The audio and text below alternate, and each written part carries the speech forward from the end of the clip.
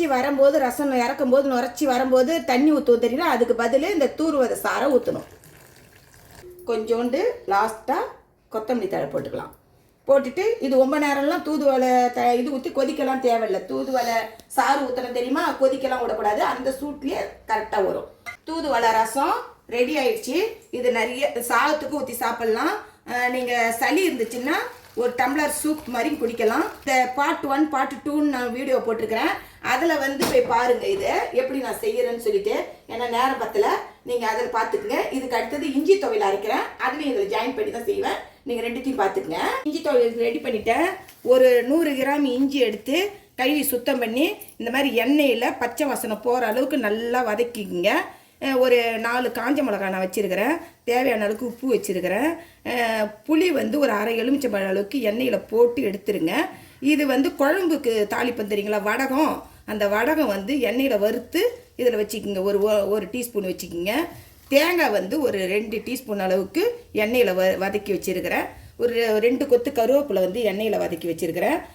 கருப்பு உளுந்து வந்து நீங்கள் வெள்ளை உளுந்து இருந்தால் போட்டுக்குங்க. கருப்பு உளுந்து போட்டுக்கிறேன் ஒரு 2 டீஸ்பூன் அளவுக்கு. இது எல்லாமே வந்து எண்ணெயில் வதக்கி வறுத்து எடுத்து வச்சுக்கணும், பச்சை வாசனை போக. இப்போ வந்து இதை வந்து நம்ம பேஸ்ட்டு மாதிரி அரைச்சின்னு வந்துடலாங்களா. இதை பாருங்க, இந்த அளவுக்கு தண்ணி ஊற்றி நம்ம தேங்காய் சட்னிலாம் அரைப்போம்ல, அந்த அளவுக்கு பேஸ்ட்டு மாதிரி அரைச்சின்னு வந்துடுங்க. நான் நிறையா இருக்கிறதுனால 2ஆக போட்டு அரைக்கிறேன் பாருங்கள். 2 இந்த மாதிரி அரைச்சின்னு வந்துட்டேன் பாருங்கள். பேஸ்ட்டு மாதிரி அரைச்சிக்குங்க. இந்த பாருங்கள், எண்ணெயை ஊற்றி இது பாருங்கள், வேனில் வச்சு ஒரு 3 டீஸ்பூன் எண்ணெய் ஊற்றிருக்கிறேன். மல்லாட்டெண்ணெய் நல்லெண்ணெய் சேர்த்து ஊற்றிருக்கிறேன். உங்களுக்கு நல்லெண்ணெய்னாலும் ஊற்றிக்கிங்க, மல்லாட்டெண்ணெய்னாலும் ஊற்றிக்கிங்க. எண்ணெய் காஞ்ச உடனே ரவோண்டு கடுகு போடுங்க. ரவோண்டு பெருங்காயத்தூள். கடுகு பொரிஞ்சு நின்ன உடனே இதை போட்டுக்குவோம்.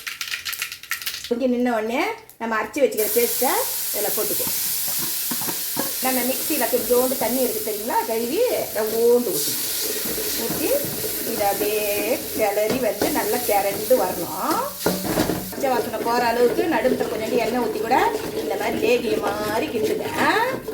லேகிய மாதிரி வந்துட்டு பாருங்கள், பச்சை வாசனை போக. இது இப்போ இஞ்சி ஊறுக்காய் ரெடி ஆயிடுச்சு. சூப்பராக இருக்கும் இந்த இஞ்சி ஊறுக்காய். இதை பாருங்கள், இது வந்து வெளியில் வச்சாலும் 4 நாள் ஆனாலும் கெடாது. தூதுவளை ரசமும் 2 நாள் ஆனாலும் கெடாது. இந்த மாதிரி செஞ்சு சாப்பிடுங்க. இப்போ பார்த்தீங்கன்னா இதை பாருங்க, சூடான சாதம் கொஞ்சம் அழிஞ்சு வச்சுக்கோங்க. தூதுவளை ரசம் வச்சுருக்கிறேன். இந்த மாதிரி சூப்பராக இஞ்சி துவையல் வச்சு சாப்பிடுங்க.